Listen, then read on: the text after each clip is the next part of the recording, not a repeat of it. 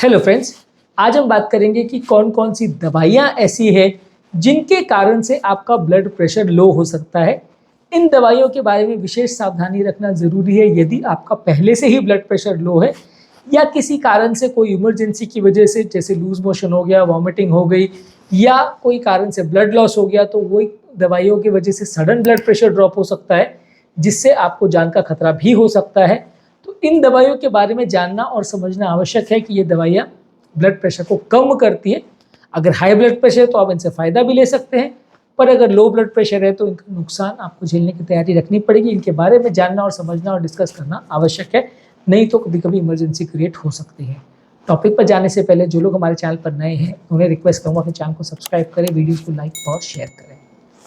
Obviously कोई भी दवाई जो ब्लड प्रेशर कंट्रोल करने के लिए दी जा रही है, कोई भी एंटी हाइपरटेंसिव मेडिसिन है, ये ब्लड प्रेशर को कम करती है। जानना समझना आवश्यक है क्योंकि ये सारी ही मेडिसिन जो है आपका हाई ब्लड प्रेशर को देख के उनको नॉर्मलाइज करने के लिए दी जाती है। लेकिन जब किसी कारण से आपका ब्लड प्रेशर कम हो गया, मान लीजिए वॉमिटिंग हो गई, डायरिया हो गया, लूज मोशन हो गया या ब्लड लॉस हो गया, जिसकी वजह से सडन ब्लड प्रेशर ड्रॉप अगर हो गया है, तो ये दवाइयों के डोजेस को आपको बंद या मिस करना पड़ेगा तब तक जब आपका ब्लड प्रेशर वापस नॉर्मल लेवल पर ना आ जाए या वापस ना बढ़ जाए। ये आपको ध्यान रखना पड़ेगा। हर व्यक्ति को कौन सी दवा चल रही है, उसका कितना इफेक्ट है और कितनी दवाई बंद करनी है, ये केस टू केस वेरी कर सकता है। मान लीजिए अगर आपका ब्लड प्रेशर 150 था, अभी 120 या 110 आ गया, तो आपको बंद करने की ज़रूरत नहीं है।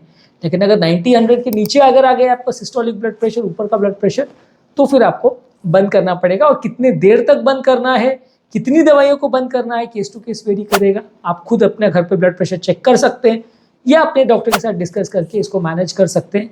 लेकिन हाँ, सबसे इम्पॉर्टेंट चीज़ जो है, एंटी हाइपरटेंसिव मेडिसिन अगर किसी को चल रही है और उसका कोई भी कारण से ब्लड प्रेशर लो होता है, तो उसे दवाइयों को डोज को एडजस्ट करना पड़ेगा या बंद करना पड़ेगा। बहुत सारे पेशेंट जो इमरजेंसी में हमारे पास सडनली एडमिट हो जाते हैं लो ब्लड प्रेशर या बीपी नॉट रिकॉर्डेबल की हालत में, उसमें कारण सिर्फ ये होता है कि वो दवाई बंद नहीं कर पाए होते हैं सही टाइम पर, जिसकी वजह से प्रॉब्लम हो जाती है। तो आपको ये सारी चीज़ों को समझना पड़ेगा क्योंकि एज अ डॉक्टर हम आपकी ये मामले में मदद नहीं कर सकते। घर पर सडनली कोई कारण से ब्लड प्रेशर आपका कम हो गया तो आपको खुद इस चीज़ को समझना पड़ेगा कि इससे आपका नुकसान हो सकता है। यदि आप डॉक्टर के पास आ जाते हैं तो बहुत अच्छी बात है, नहीं आ पाते हैं तो घर पर मैनेज करना आपको सीखना पड़ेगा कि बीपी की दवाइयाँ उस समय आपको थोड़ा बंद करना पड़ेगा। इसके अलावा हार्ट फेलियर के पेशेंट्स के लिए या हाई ब्लड प्रेशर के पेशेंट्स के लिए या पेशाब बढ़ाने के लिए, कई बार किडनी वाले पेशेंट्स में भी यूरिन बढ़ाने की दवा डायरेटिक्स दिया जाता है। डायरेटिक बेसिकली पेशाब बढ़ाने वाली दवाई शरीर का एक्सेसिव पानी निकालती है। लेकिन मान लीजिए शरीर आपका ऑलरेडी डिहाइड्रेटेड है, शरीर का पानी ऑलरेडी कम है, तो वहाँ ये दवाई को आपको नहीं लेना चाहिए। या कोई कारण से अगर पानी ज़्यादा कम हो गया तो एक्स्ट्रा पानी लेके उसको कंपनसेट कर लेना चाहिए फॉर द टाइमिंग। मान लीजिए आपको कोई लूज मोशन चालू हो गया है, वॉमिटिंग चालू हो गया, जिसकी वजह से पानी लॉस ऑलरेडी हो गया है। वॉमिट आपको 5-6 बार हो गए जिसमें ऑलरेडी 1-1.5 लीटर पानी लॉस हो गया है। लूज मोशन 10-12 बार हो गए, उसके ऑलरेडी 2-3 लीटर पानी लॉस हो गया है। तो वहाँ पे आप अगर पेशाब बढ़ाने वाली दवा को बंद नहीं करेंगे तो जान का खतरा हो जाएगा। आप सीधे हॉस्पिटल पहुँचोगे किडनी फेलियर के साथ और पेशेंट को डायलिसिस पे लेना पड़ जाएगा या बहुत बुरी हालत हो जाएगी। तो ये दवाइयों का प्रयोग तब तक सही है जब तक शरीर में पानी ज़्यादा है। लेकिन किसी कारणवश मान लीजिए पेशेंट का एक्सीडेंट हो गया, ब्लडिंग हो गई, बहुत सारा ब्लड लॉस हो गया, वहाँ पे अगर ये दवाई चालू करेंगे तो दवाई से फ़ायदा होने के बदले उल्टा पेशेंट की मृत्यु हो जाएगी, इतना बीपी लो हो जाएगा। तो वो दवाई को उस समय बंद करना ज़रूरी है। ऑब्वियसली अगर ऐसा कुछ होता है तो आप डॉक्टर के पास जाते हुए एडजस्ट करता है। लेकिन अगर आपको पता हो, घर पर ही आप बंद कर सको या कहीं कारण से डॉक्टर का एक्सेस अवेलेबल नहीं है, आप ऐसे गाँव या ऐसी जगह पे रह रहे हैं जहाँ पे डॉक्टर अवेलेबल नहीं है या कई 100 किलोमीटर दूर है या अपॉइंटमेंट अवेलेबल नहीं है, एक ही डॉक्टर अवेलेबल है जो कई दिन तक उसकी अपॉइंटमेंट बिजी चल रही है, तो वैसे में आप क्या करेंगे, तो घर पर आप खुद इस दवा को बंद कर सकते हैं, बशर्ते आपको पता हो कि कौन सी दवा क्या काम करती है। इसीलिए मैं ये कहता हूँ कि ये सारे टॉपिक्स के बारे में आपको खुद इन्फॉर्मेशन होना ज़रूरी है, तभी आप सही डिसीजन ले सकते हैं। इसके अलावा नलियों को डायलेट करने की दवा नाइट्रोग्लिसरीन या हाइड्रोग्लिसरीन जो आपके हाई ब्लड प्रेशर वाले पेशेंट्स में दी जाती है, ये बहुत ज़्यादा ब्लड प्रेशर को सडनली ड्रॉप करती हैं। तो यदि आपका ब्लड प्रेशर कोई भी कारण से अगर लो हो रहा है तो ये दवाई सबसे बड़ी कल्प्रिट में से मानी जाती है, जो बहुत छोटे डोज में भी आपका ब्लड प्रेशर को बहुत ज़्यादा गिरा सकती है। नाइट्रोग्लिसरीन के लिए एक विशेष बात ध्यान रखने की ज़रूरत है कि जो सॉर्बिटेट की गोली लोग हार्ट के पेन के लिए लेते हैं, ये भी नाइट्रोग्लिसरीन है और ये बहुत ज़्यादा ब्लड प्रेशर ड्रॉप करती है। तो कई बार लोग को ऐसा लगता है कि हार्ट का कोई भी पेन हो तो ये दवा ले लो, इससे हार्ट का पेन चला जाएगा। आपको ये ध्यान रखने की ज़रूरत है कि ये बहुत हाई डोज नाइट्रोग्लिसरीन होता है और यदि आप इसका टैबलेट सडनली लेते हो तो ब्लड प्रेशर बहुत ज़्यादा ड्रॉप हो सकता है। अगर आपका ब्लड प्रेशर 130 140 से ऊपर है तो उतना फ़र्क नहीं पड़ेगा, पर मान लीजिए अगर पहले से आपका ब्लड प्रेशर किसी और बीमारी की वजह से या किसी और हार्ट फेलियर की वजह से या किसी कारण की वजह से 100 या 90 के आसपास है या उससे कम है, तो बीपी सडनली बहुत ज़्यादा ड्रॉप हो जाएगा और दवा की वजह से आप बेहोश हो जाओगे, चक्कर आ जाएगा या तकलीफ हो जाएगी। तो दवा का आपको प्रयोग सावधानीपूर्वक करना पड़ेगा, क्योंकि नाइट्रोग्लिसरीन का डोज भी ब्लड प्रेशर को बहुत ज़्यादा ड्रॉप कर सकता है। इसके अलावा पार्किंसोनिज्म के लिए यूज होने वाली दवा लिवोडोपा, प्रामीपेक्सोल और रोपिनिरोल, ये 3 दवा पार्किंसोनिज्म पेशेंट के लिए यूज़ की जाती है। ये दवाइयाँ, पार्किंसोनिज्म एक ऐसी बीमारी है जो उम्रदराज पेशेंट्स में होती है, उसमें ये दवाओं का प्रयोग किया जाता है। पार्किंसोनिज्म में व्यक्ति का हाथ हिलने लगता है या उसको चलने फिरने में तकलीफ होती है, बोलने में तकलीफ होती है। इस बीमारी के डिटेल में नहीं जाएंगे, सेपरेट टॉपिक है, लेकिन ये बीमारी में ये दवाओं का प्रयोग होता है। ये ब्लड प्रेशर गिरा सकती है, इसका आपको ध्यान रखने की ज़रूरत है, क्योंकि उम्रदराज पेशेंट में कई बार आप डॉक्टर को डिस्कस करके दवाई स्टार्ट तो कर देते हैं, उसके बाद बीपी लो होता है तो फिर समझ में नहीं आता कि यार ये दवा की वजह से हो रहा है कि कोई और कारण है। उसको अगर आप दे भी रहे हो तो फिर आपको बीपी की मेडिसिन के डोजेस को कम करना पड़ेगा, नहीं तो बीपी कम हो जाएगा, बहुत ज़्यादा कम हो जाएगा। तो आपको ये सारी दवाओं का इंटरफेरेंस भी उसमें है, ये ध्यान रखने की ज़रूरत है।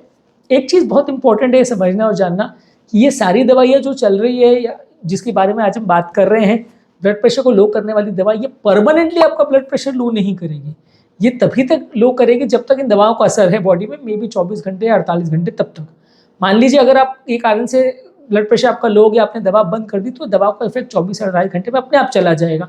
तो उसमें इतना पैनिक करने की ज़रूरत नहीं है कि यार मैंने दवा ले ली, अब मेरा बीपी बहुत लो हो जाएगा, अब मैं क्या करूँ। आप थोड़ा सा नमक ले लीजिए, पानी ले लीजिए या हॉस्पिटल चले जाइए, वो बीपी बढ़ाने की मेडिसिन दे देंगे, काम चल जाएगा। लेकिन अगर आप ये दवा को कंटिन्यूसली लेते रहें और बीपी लो चलता रहेगा तो प्रॉब्लम हो सकती है। लेकिन ये ज़्यादातर चीज़ें टेम्प्रेरी है और रिवर्सिबल है, अपने आप वो ठीक हो जाती है, इसलिए इसके लिए पैनिक करने की ज़रूरत नहीं है, इसके लिए बहुत ज़्यादा विचलित होने की ज़रूरत नहीं है। और डॉक्टर ने अगर चालू कर दिया ब्लड लाइन, आपका ब्लड प्रेशर लोअर साइड पे, तो उसको लड़ाई झगड़ा करने की ज़रूरत नहीं है कि आपने कैसे चालू कर दिया। इनका दवाओं का इफेक्ट ज़्यादातर बहुत ज़्यादा नहीं होता, और होता भी है तो टेम्प्रेरी होता है, तो उसको एडजस्ट करने से काम चल जाएगा। इसके अलावा कुछ डिप्रेशन के लिए प्रयोग होने वाली दवाई जैसे selective serotonin reuptake inhibitor group की मेडिसिन जो है, ये दवाई आपके ब्लड प्रेशर के कंट्रोल को अफेक्ट कर सकती है, थोड़ा ब्लड प्रेशर लो हो सकता है। डिप्रेशन के लिए दवाई जब आप ले रहे हैं तो आपके डॉक्टर के साथ इसको डिस्कस करेंगे तो अच्छा रहेगा। इसके अलावा कुछ अल्फा ब्लॉकर्स जो प्रोस्टेट के लिए दी जाती है, वो भी ब्लड प्रेशर लो करती है। काफ़ी लोग इस बात को भूल जाते हैं कि प्रोस्टेट के लिए दवा तो दे देते हैं जो कि पेशाब बढ़ाने के लिए आप प्रयोग करते हैं, लेकिन ये मेडिसिन आपके ब्लड प्रेशर को सिग्निफिकेंटली लोअर कर सकती है। ये जानना और समझना जरूरी है, क्योंकि प्रोस्टेट के लिए आप दवा खाते रहते हैं, वहाँ आप लो बीपी से परेशान होते रहते हैं। या अगर मान लीजिए आपकी बीपी कम करने की दवा चल रही है तो उनके डोज को कम करना पड़ेगा, नहीं तो ये दवा चालू करते बीपी ज़्यादा लो हो जाएगा। ऐसा नहीं सोच सकते कि ये दवा सिर्फ प्रोस्टेट पर काम करेगी और पेशाब बढ़ाएगी, ये दवा पूरे शरीर पे काम करेगी और ब्लड प्रेशर को भी कम करेगी।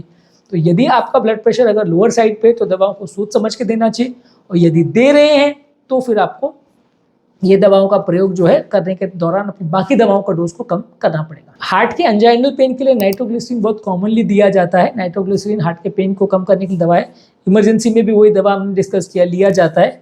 इसके अलावा ये दवा कई बार लॉन्ग एक्टिंग भी लोगों को दिया जाता है कि आपका हार्ट का दर्द को कम करते रहे, तो ये दवा लॉन्ग एक्टिंग भी आपका ब्लड प्रेशर को कम करती है। खासकर अगर ये दवा को वाइग्रा या टडालाफिल या सिल्डेनाफिल के साथ ले लिया जाए तो ये एक बहुत डेंजरस कॉम्बिनेशन हो जाता है। क्यों? क्योंकि ये दवा जो है फॉस्फोडाइस्ट्रेज इनहिबिटर होती है। फॉस्फोडाइस्ट्रेज यानी PDE5 एक एंजाइम होता है जो नाइट्रेट्स का बॉडी में मेटाबॉलिज्म को अफेक्ट करता है। ये दवा के साथ अगर आप नाइट्रेट्स के साथ अगर सिल्डेनाफिल या टडालाफिल को, अगर इरेक्टाइल डिस्फंक्शन का प्रॉब्लम है या सेक्सुअल एक्टिविटी के लिए आप इसको अगर ले लेते हैं तो सडनली बीपी इतना ड्रॉप हो सकता है कि आपको हॉस्पिटलाइज करने की ज़रूरत पड़ जाए, ऐसा भी हो सकता है। तो नाइट्रेट्स जिसको भी चल रही है उसको कोई भी कारण से वाइग्रा नहीं लेना चाहिए, या सिल्डेनाफिल या टडालाफिल, ये सब एक ही ग्रुप की दवाएं हैं, वो नहीं लेना चाहिए, क्योंकि ये सारी चीज़ों से sudden severe blood pressure drop होगा जिसको मैनेज और मेंटेन करना बाद में बहुत तकलीफ भी आ सकती है। तो ये डेडली कॉम्बिनेशन है जिसको आपको नहीं लेना है। अगर नाइट्रेट चल रही है तो वाइग्रा नहीं लेना है, और वाइग्रा आप ले रहे हो तो नाइट्रेट्स नहीं लेना है। अगर ये दोनों साथ में आपने लिया, कई बार एक और इशू होता है कि लोग शर्म और हेजिटेशन की वजह से डिस्कस नहीं कर पाते हैं। अब मान लीजिए मैंने किसी 40-50 साल के व्यक्ति को, हार्ट पेशेंट है, उसको मैंने नाइट्रेट्स दिया, लोगों को तो पता नहीं उसका वाइग्रा से रिएक्शन है। अब लोग अपनी सेक्सुअल लाइफ के बारे में डॉक्टर के साथ भी डिस्कस करना नहीं चाहते हैं। लोग कई बार हेजिटेट करते हैं कि भाई उनकी सेक्सुअल लाइफ है कि नहीं, उनको इरेक्टाइल डिसफंक्शन का प्रॉब्लम है कि नहीं, क्योंकि शर्म आती है ये सब डिस्कस करने में। और वो घर पर बिना किसी को पूछे, बिना किसी को बताए मार्केट से जाते हैं, वाइग्रा ले लेते हैं, खा लेते हैं, और फिर घर पर सडनली जब चक्कर खा के बेहोश हो जाते हैं तो फिर समझ में नहीं आता। कई बार बेहोशी के बाद वापस भी उनको बोलने में डॉक्टर को हेजिटेशन होती है कि सर मैंने वाइग्रा लिया था इसलिए बाद में बेहोश हो गया। तो ये एक बहुत बड़ा इशू हो जाता है कि अगर आपने इस चीज़ को, कॉम्बिनेशन को समझा नहीं या इसके इफेक्ट को समझा नहीं, तो फिर आपके लिए दिक्कत हो जाएगी, आपके लिए बहुत ज़्यादा इशू हो जाएगा। तो आपको इसको, रिएक्शन को समझने की ज़रूरत है, और यदि आप नाइट्रेट्स ले रहे हो तो वाइग्रा नहीं लेना है। आज के टॉपिक में बस इतनी मेडिसिन पर बात करेंगे। इसके अलावा भी और सारी मेडिसिन है जो आपके ब्लड प्रेशर को कम करती है, उसको इस टॉपिक के सेकंड पार्ट में डिस्कस करेंगे। टॉपिक बहुत ज़्यादा लंबा ना हो जाए इसके लिए बाकी मेडिसिन को हम सेकंड पार्ट में डिस्कस करेंगे। उम्मीद करूँगा कि आज के टॉपिक में कुछ नई बातें जानने को मिली होगी। जो लोग हमारे चैनल पर नए हैं उन्हें रिक्वेस्ट करूँगा कि चैनल को सब्सक्राइब करें, वीडियोज़ को लाइक और शेयर करें।